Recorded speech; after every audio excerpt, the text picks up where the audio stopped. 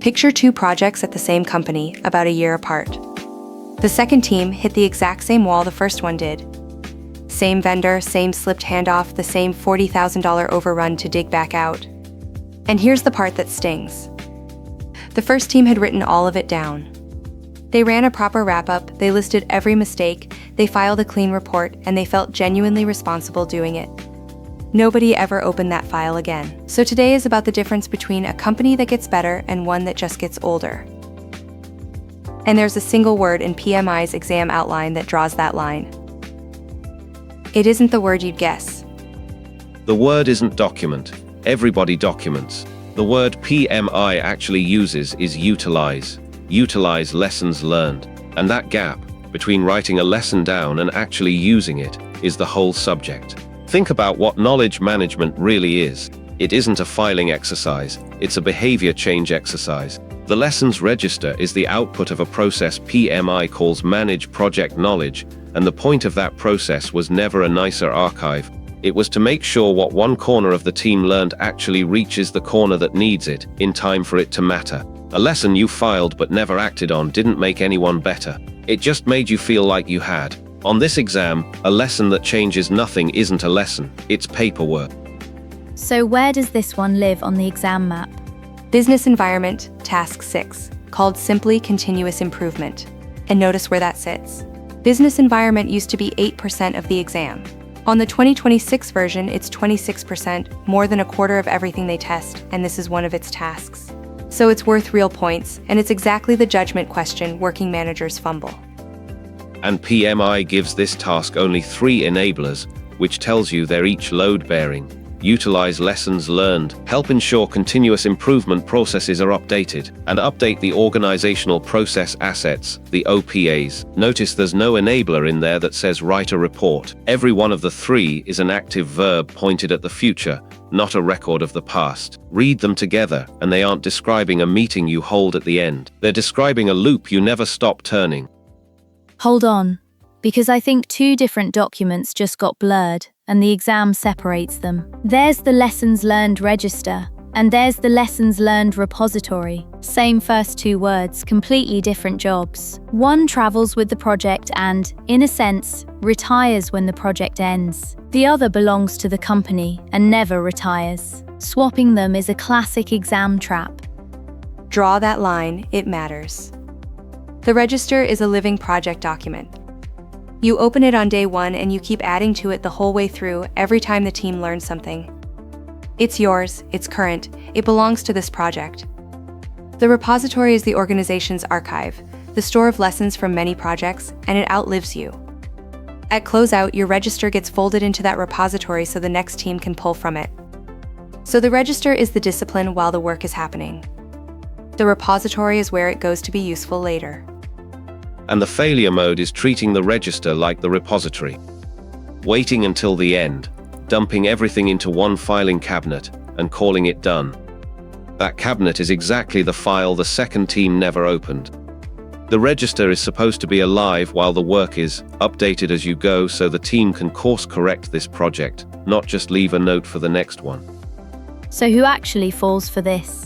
It doesn't sound hard, and everyone nods along when you say learn from your mistakes. It's not the new project manager. It's the experienced one.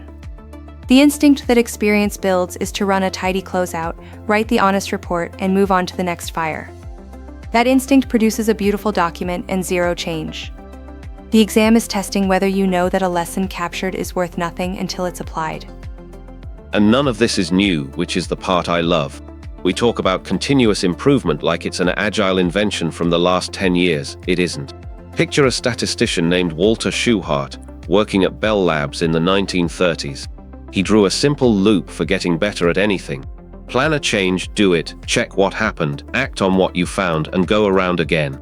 20 years later, an American statistician named Deming carried that same loop to Japan in 1950 and taught it to a country rebuilding from a war. The Japanese took it so seriously they named their top quality prize after him the very next year. A big part of the post-war manufacturing miracle traces back to that one loop taken seriously. So this is not a management fad. It's almost a century old. It rebuilt an economy, and the tools just kept getting new names. The idea didn't change. So the thing they're testing is old, the thing people get wrong is human, and the fix is a habit. That's oddly reassuring, actually. You don't need a new framework. You need to actually run the one that's been sitting on the shelf for 90 years. That's the whole episode in one line. And before we build the loop, one genuinely useful thing. Over at certs.professorerica.com, there are free practice questions and free flashcards, no sign up, and the business environment set is exactly this judgment style. Run them right after this, while the register versus repository line is fresh. So sit with one thing before we go on. Your project just ended. Your gut says write the lessons up, file them, and start the next one. Is that the exam's answer, or did you just build another file nobody will read? Hold that thought, because the answer is a machine and it has 4 steps. One thing before the next part, and then we move right on. If any of this is clicking, tap that like, hit subscribe, and ring the bell for the next one. It takes a second, it costs nothing, and it helps more than you would think.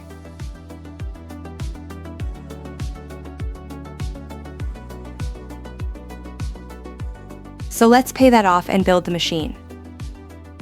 And to keep us honest on the hard calls, we've brought a guest to the desk.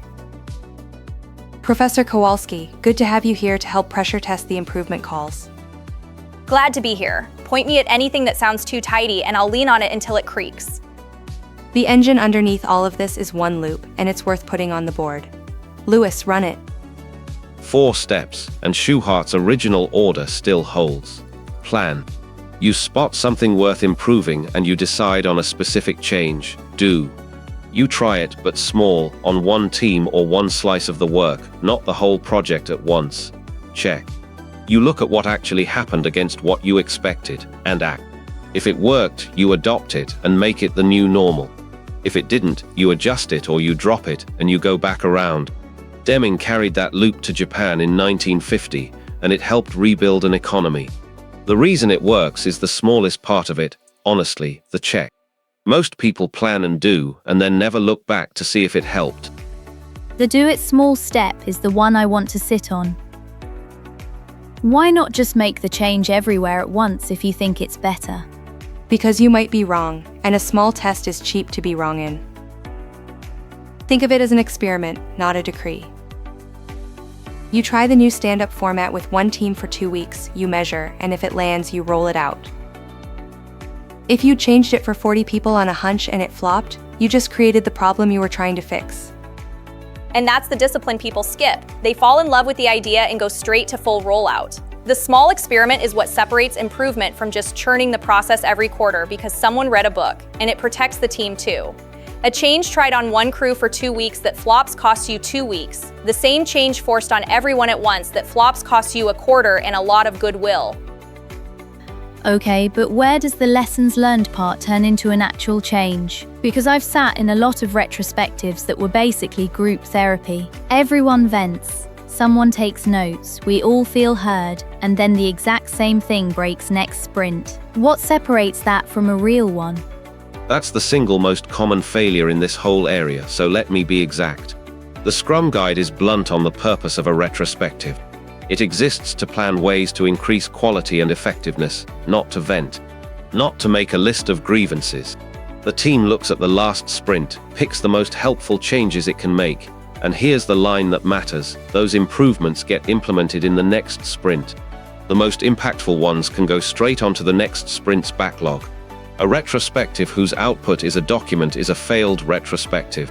A retrospective whose output is one owned change in next week's work is the real thing. So the test of a good retro isn't how honest the conversation was.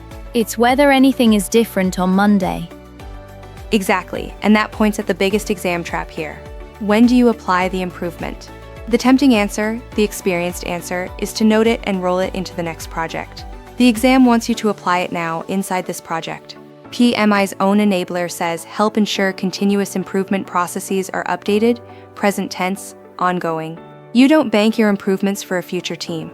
You spend them Here? Hold on, I want to push on exactly that because I think the whole continuous part is oversold. Running little improvement loops in the middle of a live project is a distraction. You're trying to deliver. The clean move is to batch all your lessons into one solid session at the very end when you have the full picture and nobody's mid-sprint.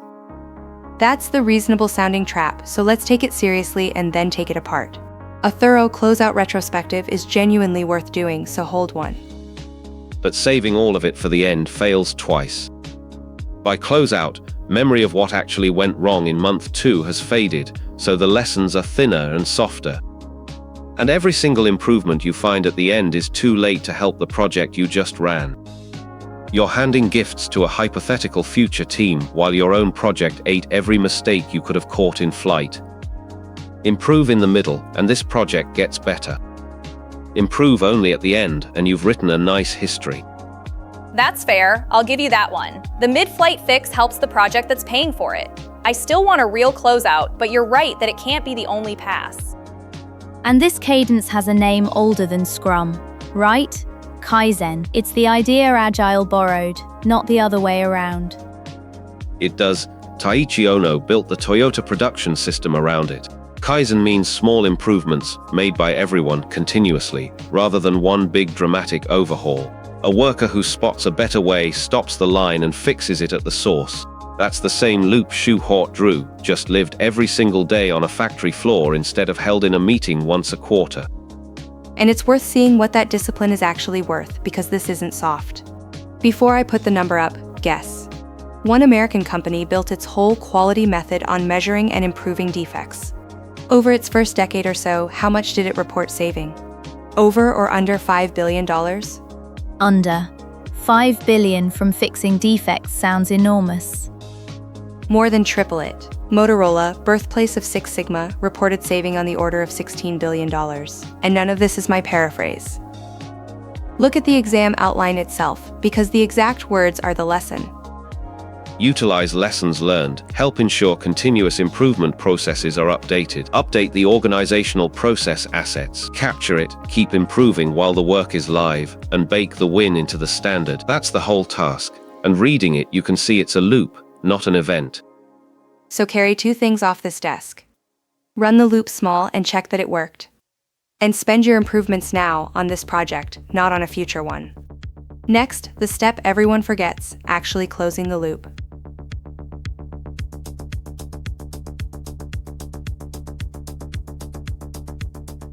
So we can spot an improvement, test it small, and apply it in flight. Now the step almost everyone drops, closing the loop. And it has 2 halves nobody should skip, measure and standardize.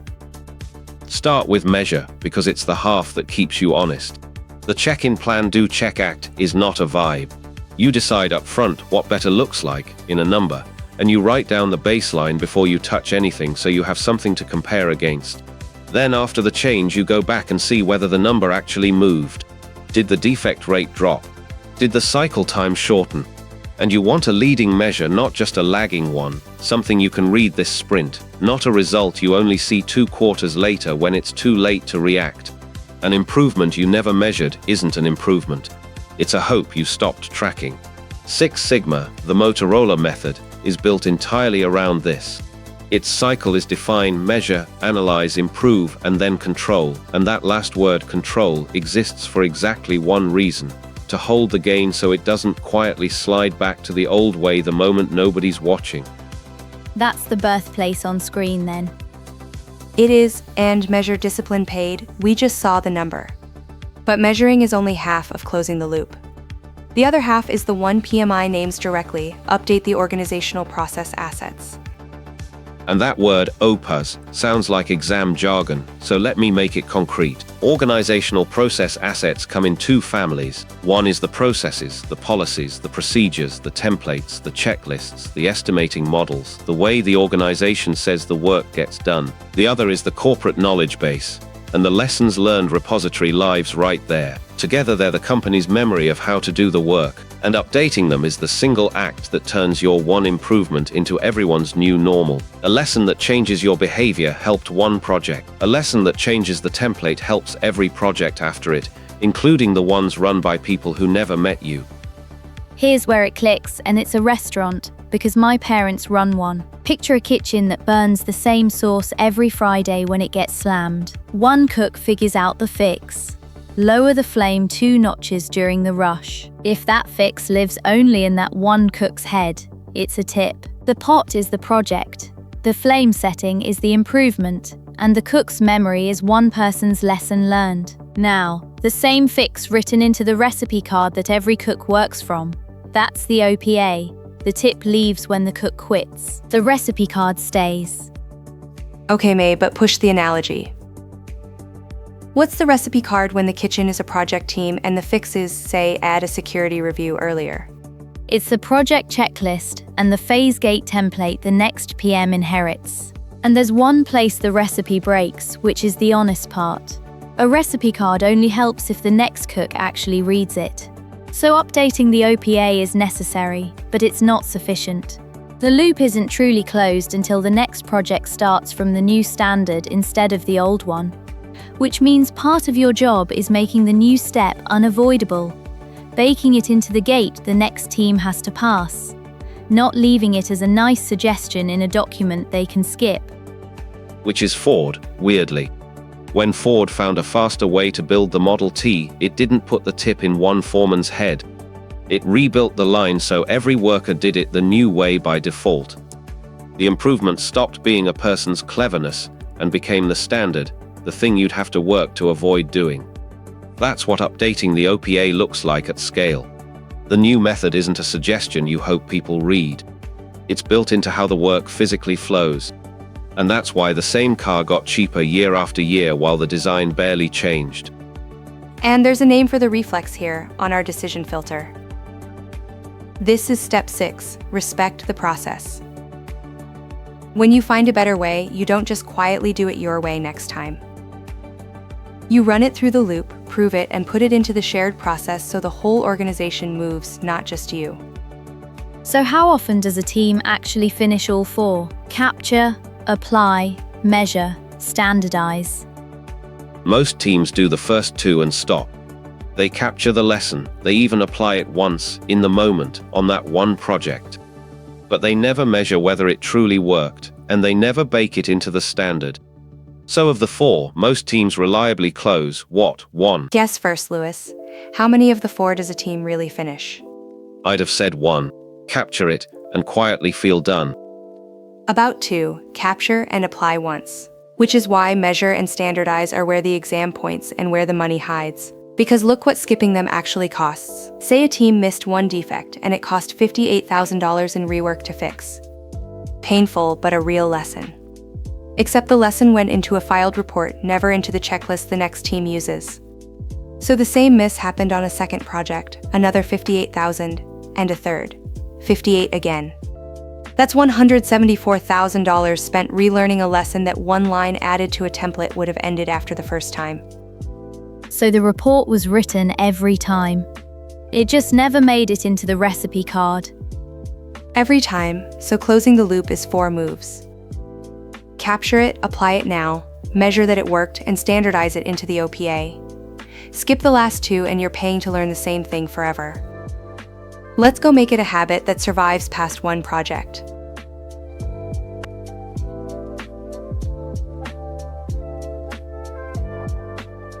So we can capture, apply, measure, and standardize. The last piece is what makes it continuous instead of a one-time cleanup, and Professor Kowalski is back to help us drill it and lean on the edges. Happy to. And the continuous part is where people either get lazy or get greedy, and both fail. The lazy failure first, because it's the common one. A project ends, and the team says we already know what went wrong, so it skips the retrospective entirely. And every unspoken lesson walks out the door with the people who learned it. A lot of what a team knows is tacit, it lives in someone's head and never gets written down. And skipping the retro is how you guarantee it stays there and then leaves. 6 months later, a new team pays full price for the same mistake again. The whole point of kaizen is that the loop never turns off. Small, constant, almost boring improvement beats a heroic cleanup that happens once and then stops. And small genuinely compounds, right? It's not just a nice word. It's arithmetic. Get 1% better every cycle and the gains stack on each other. A handful of tiny improvements a sprint looks like nothing in week 1. Run it for 2 years and the team is barely recognizable. That's the whole bet kaizen makes. And you can see it in a product. The Toyota Prius has run 5 generations. No single version was a revolution. Each one was a stack of small, measured improvements on the last, more efficient, a little quieter, a little cheaper to build, and that's why it kept getting better while flashier one-shot cars launched loud and vanished. And it's the same company Ohno built, running the same loop on the factory floor and in the product at once. That car is kaizen you can photograph. So then the great project manager should chase every possible improvement, all the time, everywhere. If a little is this good, more is better. Never stop optimizing any. You're right that the bias should be toward improving, that's the greedy failure, and it's real. A team that runs 10 process experiments at once measures none of them and ships nothing. Every change has a cost. The disruption, the retraining, the attention it pulls off the actual work, so more is not automatically better. Kaizen isn't every tweak, it's the vital few. So the sharper question isn't how many can we try, it's which 2 actually matter this month, and did they work? Fair. Improve deliberately, not compulsively. A few that stick beat 100 that churn. Let me tell you the version of this I've watched play out, because it's quieter than a disaster. A team keeps a genuinely good register, careful notes all project long, and their number, defect escape rate, doesn't move. Not for 1 release, not for 2, not for— Wait, careful notes, and nothing improved. Where did it leak? That's the hinge.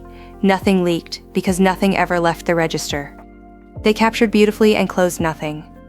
Every retro produced a list, the list went into the document, and not one item ever became an owned action or a checklist change. The fix was small. Every retro, pick 1 item, put a name on it, and land it next sprint.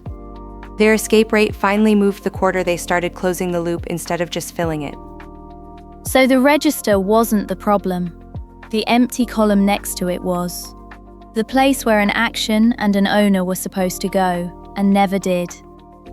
That empty column is the whole task. Let's drill it. First scenario. A project just wrapped, the team's tired, and they want to skip the retro because they already know what went wrong. Best next action? Hold the retrospective anyway and capture the lessons into the register so they transfer to the repository. A lesson that lives only in tired people's heads is a lesson the next team pays for again. The tempting wrong answers are the 2 that feel efficient, skip it and move on, or have the PM write it up alone. Skipping loses the knowledge. The solo write-up misses that the lessons live across the whole team, not in your memory, and half of what matters is the stuff you personally never saw. You run the retro, together, even a short one. 15 honest minutes with the whole team beats a polished page you wrote alone. Second scenario. Mid-project, a retro surfaces a genuinely better way to run your daily handoff. When do you apply it? Now, this sprint, this project. You make it a small owned change and you try it. The trap answer, and it's a good trap because it sounds so responsible, is add it to the closeout lessons learned document for next time. That's banking an improvement you could be spending today, and it's exactly the kind of tidy defer it move an experienced manager reaches for on instinct. On this exam, continuous improvement is present tense. If the fix is good, and it's yours to make, you make it now, and you measure whether it helped. You don't gift wrap your best idea for a future project while your own eats the problem. Both drills are the same reflex, really. Don't defer the improvement, and don't let the lesson get buried in a document. One says do it now instead of later, the other says do it instead of just writing it. Same instinct, pointed at time and at action. Professor Kowalski, thank you. Pushing on the lazy versus greedy line is exactly what this one needed. Leave us the single line worth keeping. My pleasure. Keep this and you won't miss one of these. A lesson learned isn't a lesson until it changes what you do next, so capture it, use it now, measure that it worked, and bake it into the standard. That settles it. Continuous improvement lives at step 6, respect the process, and it's a loop you never switch off. Capture, use, measure, standardize. And that closes business environment task 6. This whole domain, the 26%, keeps coming back to one habit. Don't just do the work, keep making the way you do the work better. So the whole domain lands on one habit, really. A lesson only counts when it changes the next loop, so you use it now, on this project, and then you bake it into the standard so nobody has to relearn it. Present tense, then permanent. If this finally made continuous improvement feel like a skill instead of a buzzword, subscribe. It genuinely helps us keep making these. And the free practice questions and flashcards are waiting at certs.professorerica.com, where the business environment points are hiding. Before you close the tab, one honest question for you. On your last project, did your best lesson actually change the next one, or did it end up in a document nobody opened? Tell us in the comments. Keep the loop turning and you'll pick the answer the exam is really testing for. We'll see you in the next one.